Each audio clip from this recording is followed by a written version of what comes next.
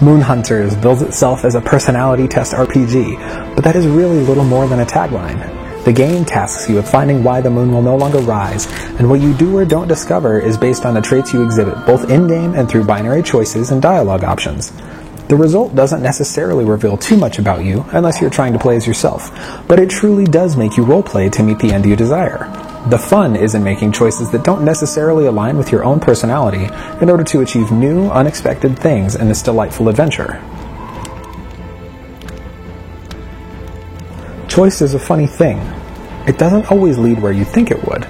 Playing devil's advocate will get you far in Moon Hunters, as the game pushes you to make weird and unusual choices to uncover stories that play out like fairy tales. You may stumble upon an oasis that dries up when you touch it, or a bird that speaks in human tongues. You may summon God herself to stand by your side. There are a large number of variables, including luck, that contribute to the affairs that take place in Moon Hunters, and you'll have the most fun by playing as differently as you possibly can from run to run. And play you will. The game is designed to be completed in one sitting. 1 to 4 players can trek through 5 days of adventuring in about an hour, depending on how thorough your party is. You can choose from 6 classes that all play very differently, and you will need to use each class's strengths to your advantage, as some of the enemies will rip you apart if you're caught off guard. Each class has 3 main inputs for attack and defense. Those inputs vary from melee attacks to AoEs, range to support, etc., etc.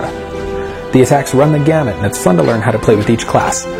Also, since the adventure is so short, the upgrades you get are substantial. For instance, rather than simply upping your damage by a few points, it will double.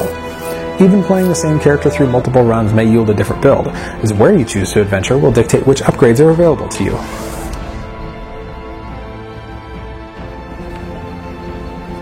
Obviously, the graphics are a treat. I've been quite jaded by the pixel resurgence of the last 7 or 8 years, but the art here is done so well that it didn't annoy me in the least. I was particularly impressed with the forest sections.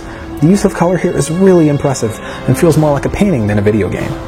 Also, the use of digital portraits for important characters is a nice touch, as each character typically has a few different images to convey their emotions. My only real graphical gripe is that the game sometimes stutters. It's usually in those forest sections, but not all the time. It's kinda hit or miss. I know the graphics are impressive, but there is no reason whatsoever that this game can't have a consistent frame rate.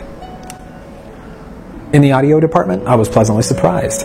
The music really sets the tone of the world, conveying mystery, panic, and despair with measured tracks. One of my favorites is the Songweaver's theme, which takes over the soundtrack when you encounter that character in a particular level.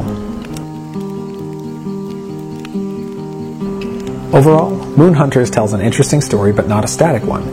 It changes and moves as you make decisions and dialogue options and succeed or fail in combat. Its beautiful artwork, luscious music, and simple but fun gameplay make this an adventure you will want to repeat.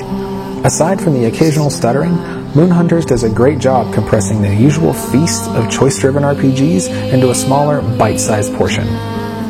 Moon Hunters is currently available on the PlayStation 4 and PC.